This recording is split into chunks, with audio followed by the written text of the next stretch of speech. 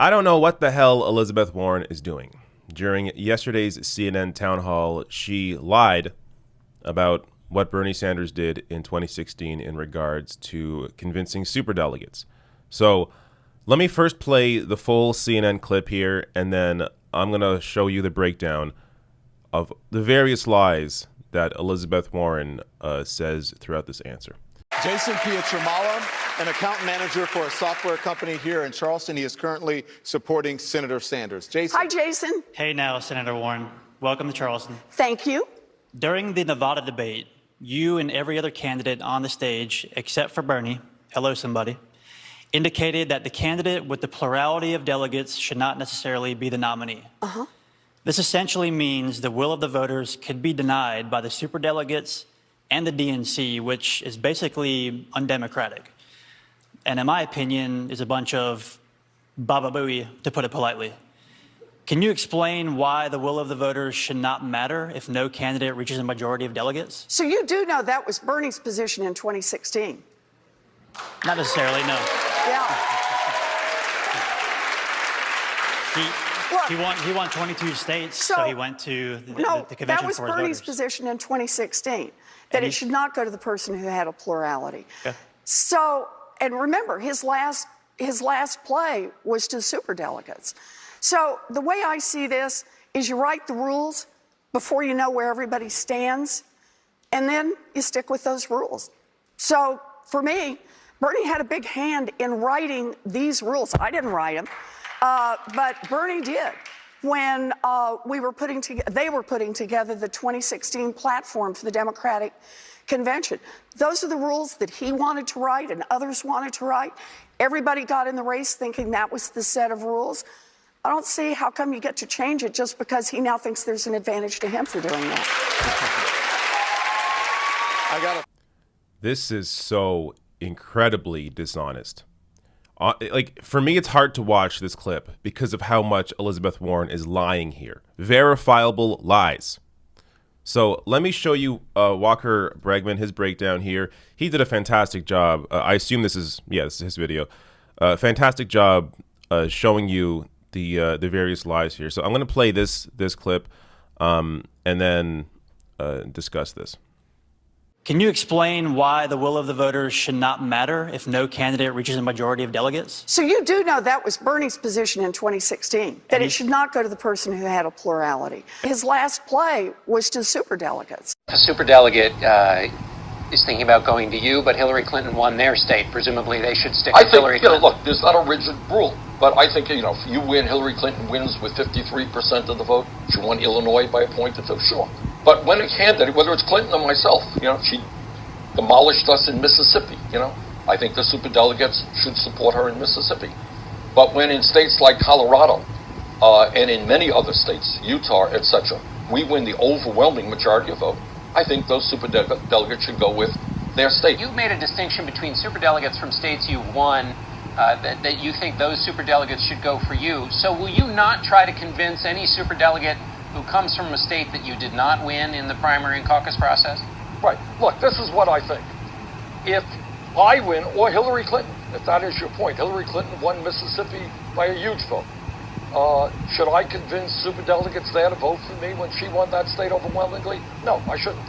But we won states, like Washington, Alaska, Hawaii, New Hampshire, in landslide victories.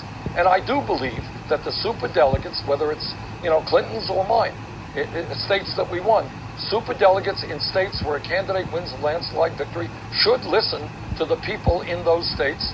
I'm a superdelegate, and I don't believe in superdelegates. I don't think that superdelegates ought to sway the election. Bernie had a big hand in writing these rules. I didn't write them. So we're here at the DNC Unity Reform Commission. This is a panel of 21 people. The chair is a Hillary Clinton person. The vice chair is a Bernie Sanders person, the head of Our Revolution. And then there is 9 Hillary Clinton people, 7 Bernie Sanders people, and 3 DNC chair appointees. Those are the rules that he wanted to write and others wanted to write.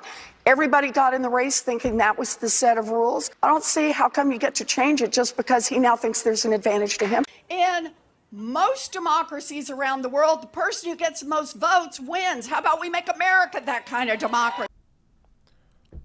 What else is there to say here? And actually, I do have a little more to say. But in every part of that answer, Elizabeth Warren is lying or doesn't know, and is willfully ignorant of the actual fact. The actual fact that Bernie's play was to try and get superdelegates of states that he won, which should be how democracy works. Like this idea that you had, I mean, to go back to superdelegates in 2016 just for a second, you had the media reporting on delegates state by state as the primary was going through in 2016, reporting on delegates as if the superdelegates had already voted for Hillary Clinton. So Hillary Clinton obviously had all the institutional support behind her.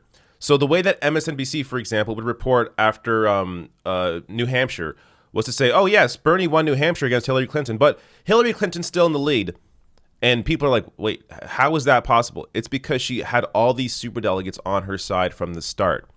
But back in 2015, like before Bernie even really got into the campaign, the superdelegates had already said that they would support Hillary Clinton. Now, the dishonest part about that is that the superdelegates had not voted yet, and they could easily flip their support from Hillary to somebody else, as they did in 2008, when at the beginning of the primary against Barack Obama, Hillary Clinton had the majority of superdelegates until they moved to Barack Obama near the end of the primary. So, but the way that the media was reporting on it in 2016 was showing Hillary Clinton with this huge lead from superdelegates that hadn't even actually voted yet to support Hillary Clinton. So it gave this impression that Hillary Clinton from the start had this insurmountable lead, and that a vote for Bernie Sanders is a complete waste because he can't win anyways because of all these superdelegates. But again, the media was not making it clear that these superdelegates could switch their support near the end of the primary process. But again, Bernie's focus was on states that he had won. And you see Elizabeth Warren here, I mean, in every part of this, but like at the end saying the person with the most votes should win. Yes, they should. So why the hell are you in the race when you're hitting third place, fourth place? You're not winning any states. Like, what is Elizabeth Warren's argument for superdelegates when she's not winning any states? She's not even coming in second. Like, what is her actual argument here? And let me also show you this clip. This is shortly after Donald Trump beat Hillary Clinton. This is Elizabeth Warren and her thoughts when she was actually telling the truth about what the DNC did to Bernie Sanders. We're learning today that a new book that is coming out by Donna Brazile, the former acting chair of the Democratic National Committee, that the campaign of Secretary Hillary Clinton was far more influential at the Democratic Party, the Democratic National Committee, than we previously knew. Do you think, though, that what we're learning from Donna Brazile's book suggests that the campaign, that what the Democratic National Committee did, meant this election was rigged? Yeah, I think it was. It's a pretty powerful charge. Well, what we have to focus on now as Democrats is we recognize the process was rigged, and now it is up to Democrats to build a new process, a process that really works and works for everyone, and that as we go forward, we have confidence in the integrity of this system, that Democrats, as they run a primary, are going to let the people speak, and that we're going to have a candidate who's the candidate chosen by the people. That's our job.